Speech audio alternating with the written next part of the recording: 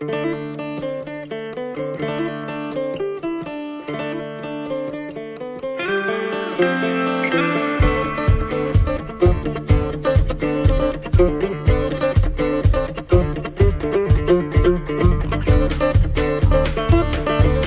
to the Hay Kings podcast, brought to you by Krone, dedicated to hay and forage producers. Today on the podcast, I'm joined by Eric Wright.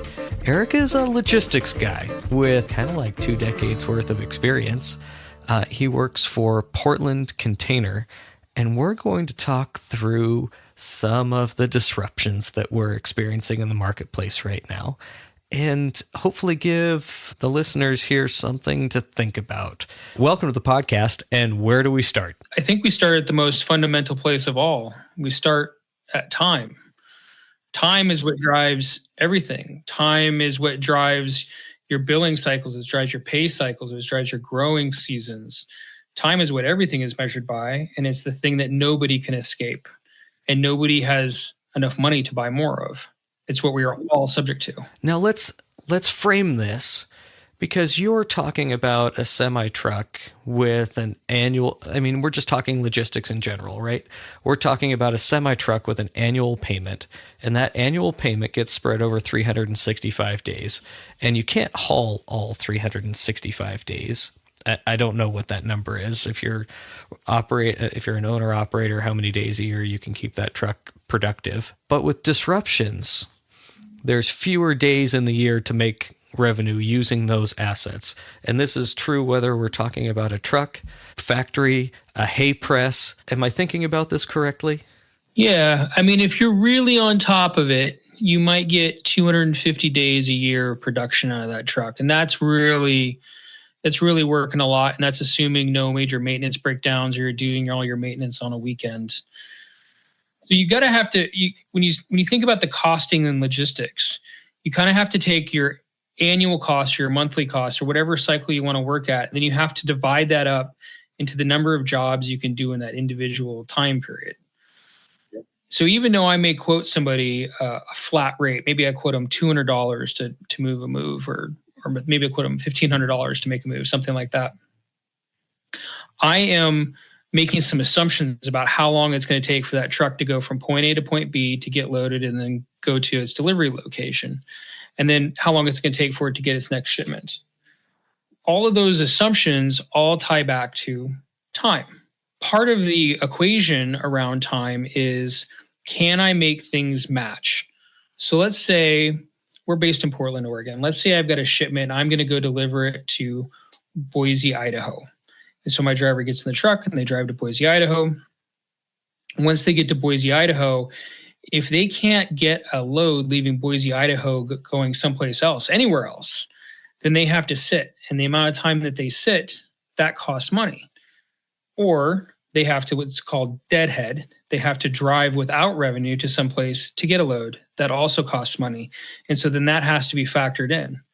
Now, why this is important is, in the logistics world, there's a certain cadence to how things flow. There's an annual cadence, and then there's kind of a quarterly cadence, and even a monthly and a weekly cadence. And those cadences a lot of times are based around hours of operations for truck drivers, which is to say truck drivers can only drive so many hours during the day. And so warehouses tend to know when those truck drivers are going to show up and when they're not, based off of where they geographically are located and when they want to staff. Those cadences are also based around things like seasonality. So when you look at consumer goods, we tend to buy a lot more towards the end of the year because we have holiday seasons, we have Super Bowl parties, things of that nature. In the furniture world, for example, Super Bowl is a season in the furniture industry. People go and buy TVs, recliners, sofas, couches. Same thing with Thanksgiving or having company over. Maybe you go and you get a new dining room set. When we're looking at it from an international standpoint, when we start to overlay all of this that way, what you see is that you end up using boxes with those import goods, those seasonal import goods that come in. They get what we call devanned, unloaded. And then those boxes may go to a container yard somewhere inside the country for a couple weeks, maybe a month, maybe a little bit longer. And then they get reloaded with agricultural products that are ready to go at the end of the year. And this whole cadence repeats every year, like clockwork. Now, you can't really speed up the growing season. That's not really an option. Like, you're not going to be doing harvest in February. You're not going to be doing harvest in April, probably. So, if things start to get off cadence, then we start having a time or a timing factor, because it all comes back to what the time duration is. How long does that trailer, how long does that box, how long does that truck sit? What is the cost? How many turns can it make a year? It's all based around time. How do tariffs and those trade disruptions translate into that time discussion? So the interesting thing about tariffs is we actually don't need to talk about tariffs. What we need to talk about is disruption or uncertainty. So in the logistics world, what we're looking for is the most predictability possible. When we send a truck out, we want to make sure that that truck has got revenue against it. We want to make sure there's a load for that truck to haul, whether it's hay and forage, whether it's apples, whether it's potatoes, or maybe it's consumer goods, maybe it's tires, right? We want to make sure that there's something for it to move. But over the years, the logistics industry has gotten really, really good at figuring out where they can save money. Because the first thing that every CEO asks its CFO, and then that CEO asks its director of logistics, is, how do you get a better freight rate? The trucking company is always the first place they go to ask, followed by the ocean carrier. And so when they do that, we have to then respond, because people are always looking to, get the next edge, do the next thing. If there's uncertainty, then you start seeing things like people being concerned about there won't be enough freight in the market. So then you see more competitive rates, which sounds like a good thing. And it is for a short period of time, but that ends up creating new problems, because if the rates stay highly competitive or reduced for a long period of time, then you see truckers move out of that market and they go someplace else, or maybe they go out of business altogether. Then eventually the cycle picks back up. There's now freight again. Now you don't have enough truckers in the market. So that means freight rates go back up. And in this time, they're higher than they were prior to the reduction. We saw this during COVID and post-COVID, and then the post-COVID era, where we saw the rates go way up, and then we saw the rates come way down, and then we saw the rates go back up again. And when the rates went back up, what we noticed is that there was fewer truckers competing, because some of those truckers didn't make it through that slack period. And so some would argue that that's a market force, and that creates a market adjustment. But what it also does is it creates uncertainty for people who are trying to ship products. So now imagine that you're trying to ship a container full of agro product, but you're trying to sell that product maybe ahead of time, or maybe you're trying to sell that product overseas. When you make that deal, you're going to make that deal maybe 45, 60 more days in advance. You have to be able to lock down all of that pricing. Now, you can do that, but as with any market, if you're asking me to take on some risks, the trucker, then I'm going to pad my pricing a little bit in case that market moves. So now you're not going to necessarily get the best pricing you could at the time. However, if you take on that risk, you may end up paying more. So you have to do that balance. The same thing works on the domestic market as well.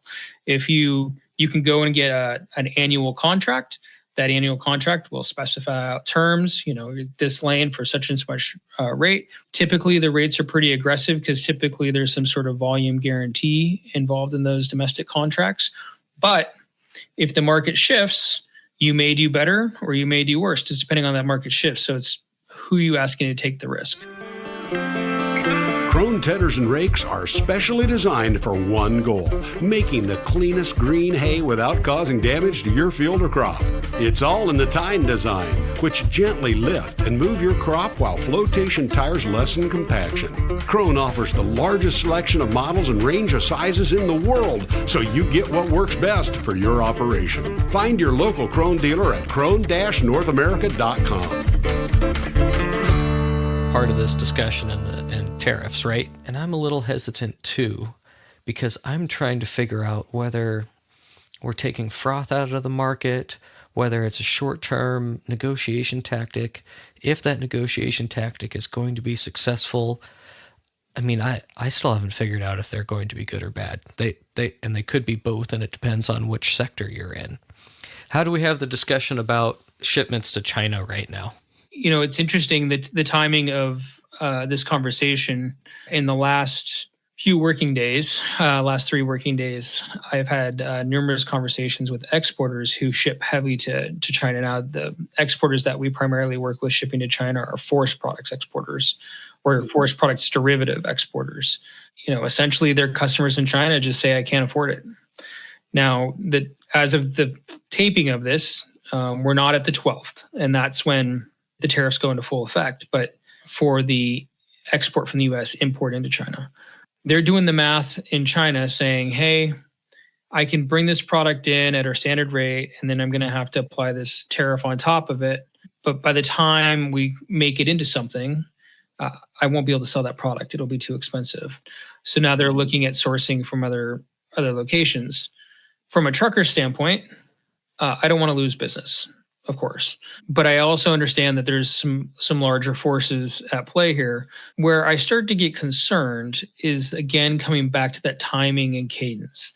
There is a very rhythmic flow to how logistics works. And I used to get into a lot of trouble in the early days of COVID because I would say, we took this really elegantly put together, although somewhat sloppy logistics system, and we smashed it all apart with a hammer during COVID, which is what we did.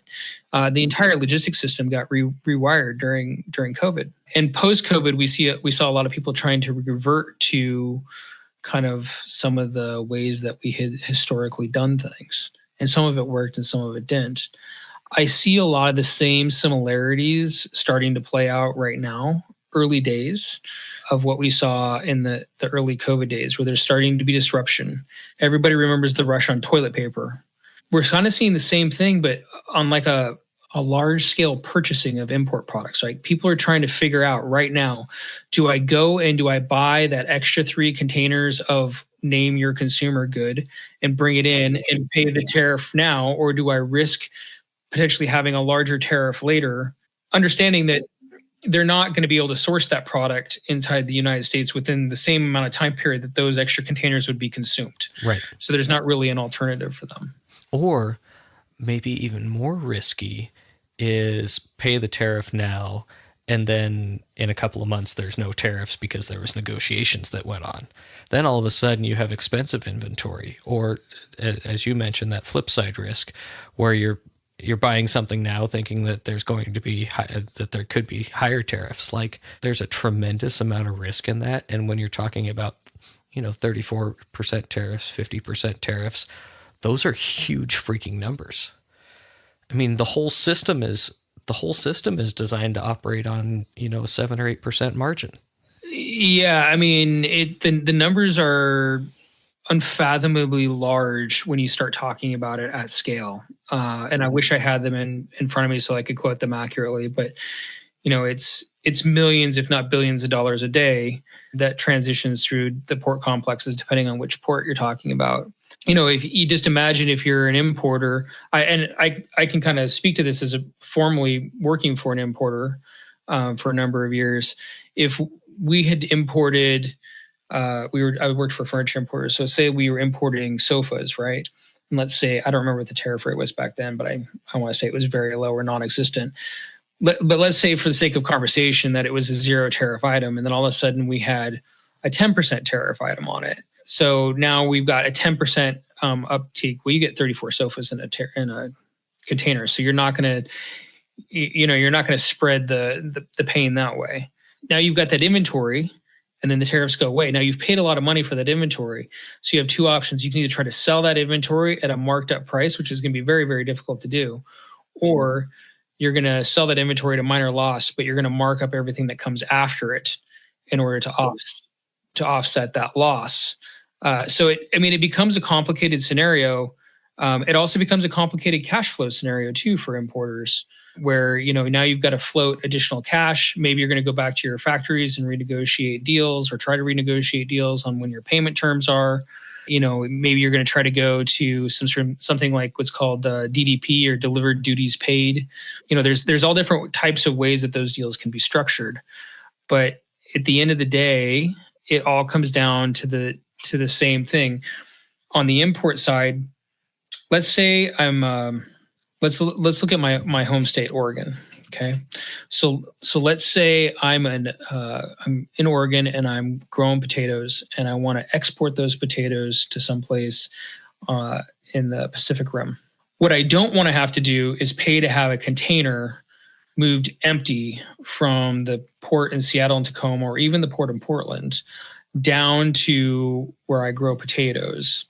Hey, shout out Klamath Falls, right? Yeah. And then you're down to where I grow potatoes and then load it with the potatoes and move it back. What I want to do is I want to get that empty container as close to my load point as possible. Now, the Pacific Northwest is a complicated place for containers because there are Seattle, Tacoma, and Portland. So for the sake of this conversation, we're just going to talk about Seattle, Tacoma because it's the easiest thing to illustrate. So what we want to do is we want an importer to ship in that NOR, non-operating reefer, some sort of import good, and we want that container to be unloaded in Portland or Wilsonville or Lebanon if possible. And then we want to reuse that container to load exports back. Now, typically speaking, there's going to be a time offset there. So typically speaking, that container might come back to, say, Portland and be stored in Portland. But I still don't have to pay the trucking from Seattle, Tacoma to Portland. Like this becomes a big factor. And so when you're talking about, Eastern Washington growers, same thing. If they can get empty containers that are coming back from Spokane or coming back from Boise and load them, that's a huge cost savings for them. And this stuff happens all the time. If we get off cadence, though, those opportunities will be significantly reduced. And it starts to become a real big problem in a pretty significant way, because now you're talking about what we call repoing empties into a market, and there's no money in that. And there's a not so secret, dirty little secret about imports versus exports, and that is that imports really pay the bulk of the operating costs for a vessel, both on the east and westbound leg. The exports really don't pay. They usually pay the domestic charges. They usually cover the costs at the terminal and the trucking costs that may be associated, or the train costs that may be associated, but they usually don't actually pay for the vessel operation, or if they do, it's a very, very small contribution. The head haul is Pacific Rim to the U.S. consumer goods. Ag is the back haul. Yeah, ag is the back haul. Because when you look at, I use the term economic density a lot. Mm-hmm. What's the economic density of a container? If you fill a container full of hay, mm-hmm. What is that container worth versus if you fill it full of Xboxes or Columbia sportswear jackets or bicycles? Right. What is the economic density of that container? I mean, you could be talking about, just rough numbers, $10,000 worth of hay in a 40-foot container ish. A lower end, used to use the term furniture by the pound, a lower end furniture container, or a furniture by the pound of, like Sofa Loves chairs, something like that. You're mid $30,000, maybe $40,000 range. Mm-hmm. So even on that side, you're still going to probably be more than your average ag container. Mm-hmm. When you get into berries or apples, that's different. But, it could be. But when you're looking at things coming in, whether it's kayaks or clothes or bikes or electronics or whatever, the economic density of that container is significant. And so to spread cost of ocean freight over those individual components is usually a bit more tolerable. Yeah. Again, going back to that hay example, you might have, 28 tons is kind of the number that I use in my head. Does that sound about right for a maxed out 40 foot? Yeah, it sounds about right without doing the math. Yeah, it's for us, it's 57,000 pounds of cargo. That's kind of what. Yeah. Okay. So I'm not very far off. Yeah. 20, you just said 28 and a half tons. So my math is pretty darn close. So yeah, that's only 28 units that you're spreading costs over versus, geez, how many Xboxes can you fit in a can? Yeah. It's a bunch. Rain jackets or, shoes or, Cuisinarts. Name your product. Yep. You even get more sofas in a container. Yeah, it's true. Depending on if they're the type of sofa, we can go down that rabbit hole. But So there's a lot of things there, right? So there's all those things. There's so much of whether we like it or whether we hate it. It's an is at this point, and maybe the is will change, but it is an is that so much of what we use on a daily basis comes in a container. So many of the parts for our cars, our tractors, our homes, our light bulbs, all that stuff. So much of it comes. And I just put some light bulbs in my house this morning, and I looked at where they're made, and sure enough, they're made in China. So much of that comes from overseas. There's just really no escaping it. And so when we have this disruption, it may go on for a week, it may go on for a month, it may go on for multiple years, but disruption is disruption. And whether it's the disruption from the COVID period or the disruption from tariffs, the kind of the net effects are still the same. Costs will go up because the predictability will go down. None of us can escape the time factor of trying to figure out how to make the business work. And that's really how it boils out on the import and export side. Known for greater throughput even in the heaviest crops, Krone Big Backs are the world's fastest large balers. With proven bale quality and increased density over other brands, Krone Big Back balers are the right choice for optimized productivity. Talk with your local dealer to learn more about Krone machines, built for generations. Okay. How do businesses in the U.S. respond to this? What's the response function? Other than an adult beverage in the evening, I don't know. I mean, it's that almost sounds. I mean, what you just said is let go of the steering wheel, but that's not quite the right response, right? No. But I mean, it's really, really hard, right? So it depends on. I think so much of what's going on right now depends on the lens through which you look at the world. And every response for every business is going to be individual. It's really interesting. If we were to have a catalyzing moment, if this was World War II and everybody understood exactly what needed to happen, then the responses become far, far, far more predictable. But that's not where we're at. We're kind of in the exact opposite of that at the moment. And so the responses of different businesses are really, really unpredictable. And that makes it even harder on the logistics side because, as a logistics provider, I'm trying to understand, what are my customers' needs going to be? And we're having those conversations, and some of them know what their needs are going to be, and some of them have no clue because they're still trying to understand what their customers' needs are going to be, and their customers trying to understand what their needs are going to be. Because often in the supply chain, it's a multi-tiered process. So, we commonly talk about things like finished goods, consumer grades. We talked a lot about, how many Xboxes, furniture, things like that. But there's also a lot of mid-level manufacturing products that get imported, things that are components of something. And you heard a lot of conversation with this, about the auto industry, about things being, moving back and forth across the border multiple times. But you had the same thing with, just standard manufacturing inside the United States where people will import, maybe they have a product coming out of China and a product coming out of Korea and a product coming out of Japan, and that comes to the United States, and they combine that with something that's made here, and then that gets put into a final assembly. But all of that process may go through 3 or 4 people before it gets to that final assembly stage. So you have a lot of, again, uncertainty. But again, it comes back to time, because when do those people make those decisions, and what outcomes do those decisions have, and how does that affect the timing, the cadence of the market? The cadence of the market is so very important in order to keep costs down. So my world is primarily about import export, right? And so on the import export side, the thing that we're always looking at is, what is the vessel schedule? If a vessel's late or a vessel doesn't exist because it voided or blanked, you have a big problem. Now all of a sudden you just don't have a vessel for a week, and then it's going to come the following week. So for a week you may not have work, and then maybe you won't have double the work next week because you can't just double the size of a vessel. So you just miss out on a week's worth of work. Well, if you do that enough times, you get off cadence, you get off pace. And this is part of what we saw during the big meltdown during COVID. Remember when there was all the vessels parked outside the ports, and we couldn't get containers in and out of the ports. And you had 60 Minutes go down and do a news piece in LA, and everybody was talking about logistics at the kitchen table for the very first time.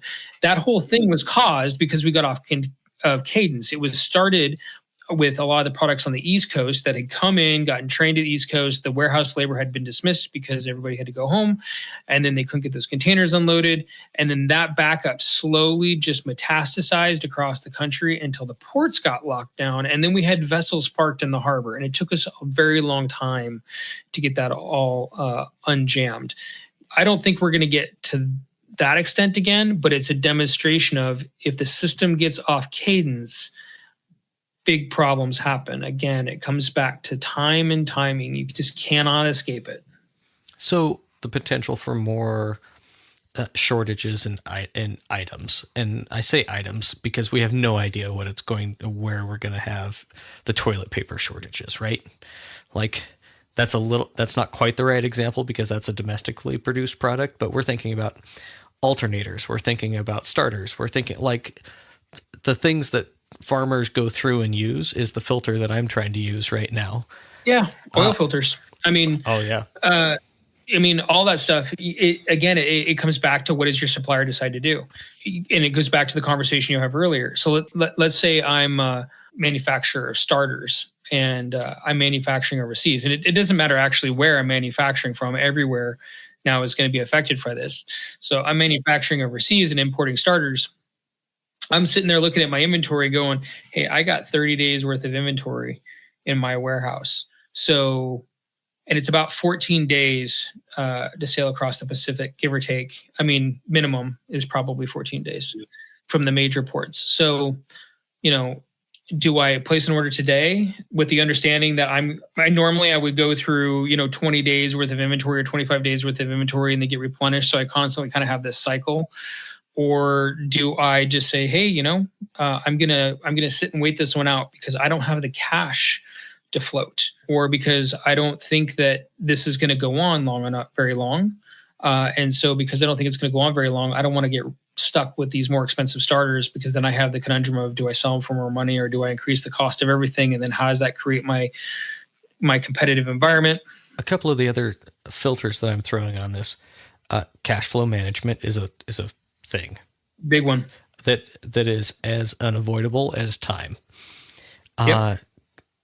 Having a depth of cash reserves, working capital, sounds like a pretty good plan right now. Not necessarily deploying it, but just having it, and holding cash costs money, right? Mm-hmm. This is starting to sound like everything we're talking about is inflationary. We have to manage cash flow. The other thing that keeps coming to my mind as I'm listening to you is asset fixity. So you have a hay exporting facility. You bring the field hay in, you compress the bales, you containerize it and ship it. A hay press can't do anything but press hay. So these disruptions, they reduce the utilization of that asset, right? Yep. And if you're producing paper for export, you talked about paper, forest products derivatives. Paper was what I read into that. If you're exporting paper, all of a sudden there's a question as to what you do with those assets. And in the long run, It just increases cost structures because you can pay now or you can pay later, but at some point you have to pay for it. And if you're not generating cash with those assets, whether it's a hay press or a paper mill, well, you're getting into the territory too about depreciation and amortization. Of course.